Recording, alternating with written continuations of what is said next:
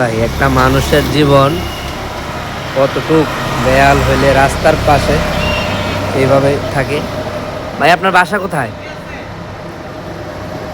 বলতে পারেন না?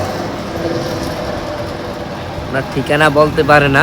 যদি কেউ চিনে থাকেন অবশ্যই আমার সাথে যোগাযোগ করবেন, আর ভিডিওটা বেশি করে শেয়ার করবেন যাতে ওনার ফ্যামিলির মানুষ।